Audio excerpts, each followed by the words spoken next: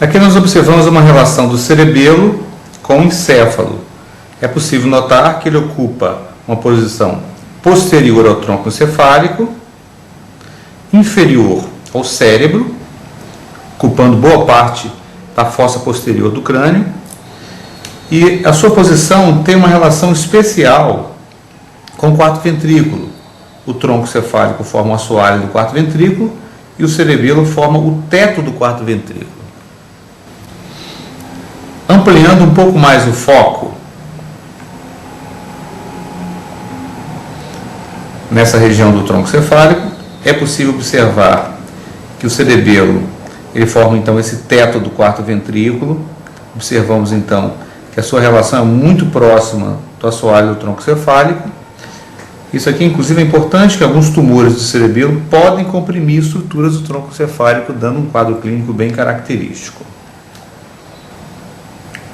A divisão cerebelar ela é possível ser feita tanto pelo estudo da linha média, chamado estudo do vermes, já que esse corte é um corte sagital, cortado exatamente em cima da região do vermes. E nós podemos dividir então o cerebelo em regiões conhecidas como lóbulos. Em um foco mais aproximado, é possível observar a íntima relação do cerebelo com o quarto ventrículo e do cerebelo com o tronco cefálico. É possível notar aqui que o teto do quarto ventrículo é feito por estruturas cerebelares e a sua proximidade com o tronco cefálico é bastante relevante, uma vez que processos expansivos do cerebelo podem comprometer estruturas do tronco, principalmente do assoalho do quarto ventrículo, pela sua proximidade. Essa imagem mostra um corte acima da região mediana do cerebelo, conhecida como vermes cerebelar. Esse é um corte sagital, em que nós podemos observar a estrutura conhecida como árvore da vida. Essa estrutura cerebelar ela é dividida em pequenas áreas conhecidas como lóbulos cerebelares. Conjuntos de lóbulos cerebelares formam regiões maiores, denominadas de lobos. O marco limite de separação entre um lóbulo e outro são sulcos mais aprofundados, conhecidos como fissuras. Como podemos observar aqui, são alguns exemplos, esses de fissuras cerebelares. Tentaremos mapear os lóbulos cerebelares na linha média, no verme cerebelar, lembrando que tanto as fissuras quanto os lóbulos se continuam para os dois hemisférios cerebelares.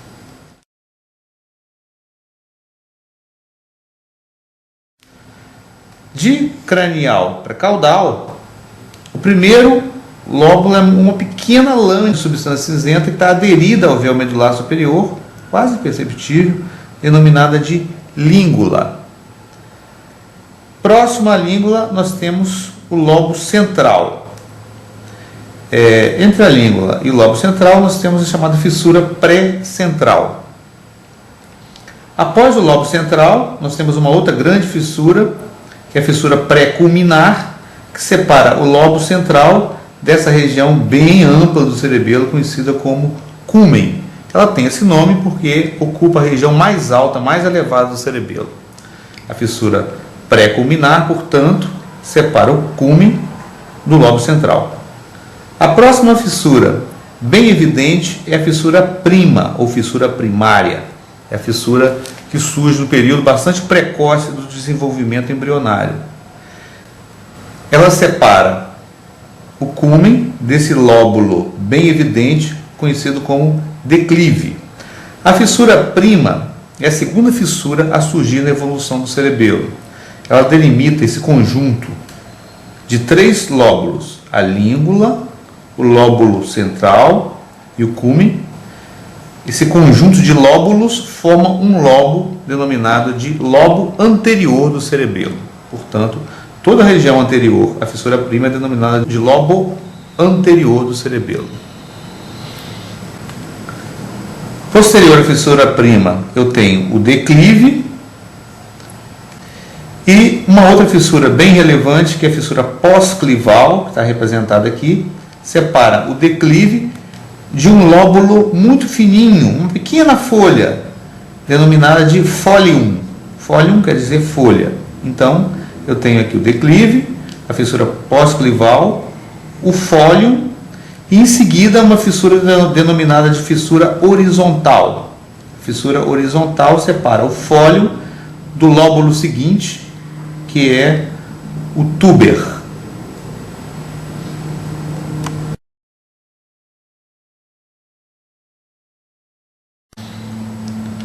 O túber é de tamanho maior que o fólio. Em seguida, o túber é separado de um lóbulo conhecido como pirâmide cerebelar, que tem o formato de uma pirâmide, pela fissura pré-piramidal. A fissura pré-piramidal separa, portanto, pirâmide de túber, e logo depois uma fissura pós-piramidal separa a pirâmide da úvula. A úvula também é bem desenvolvida e, finalmente, a úvula é separada do lóbulo mais inferior do cerebelo, que é o nódulo. Essa fissura é chamada fissura posterolateral. Na realidade, durante o processo evolutivo, a fissura posterolateral é a primeira que surge.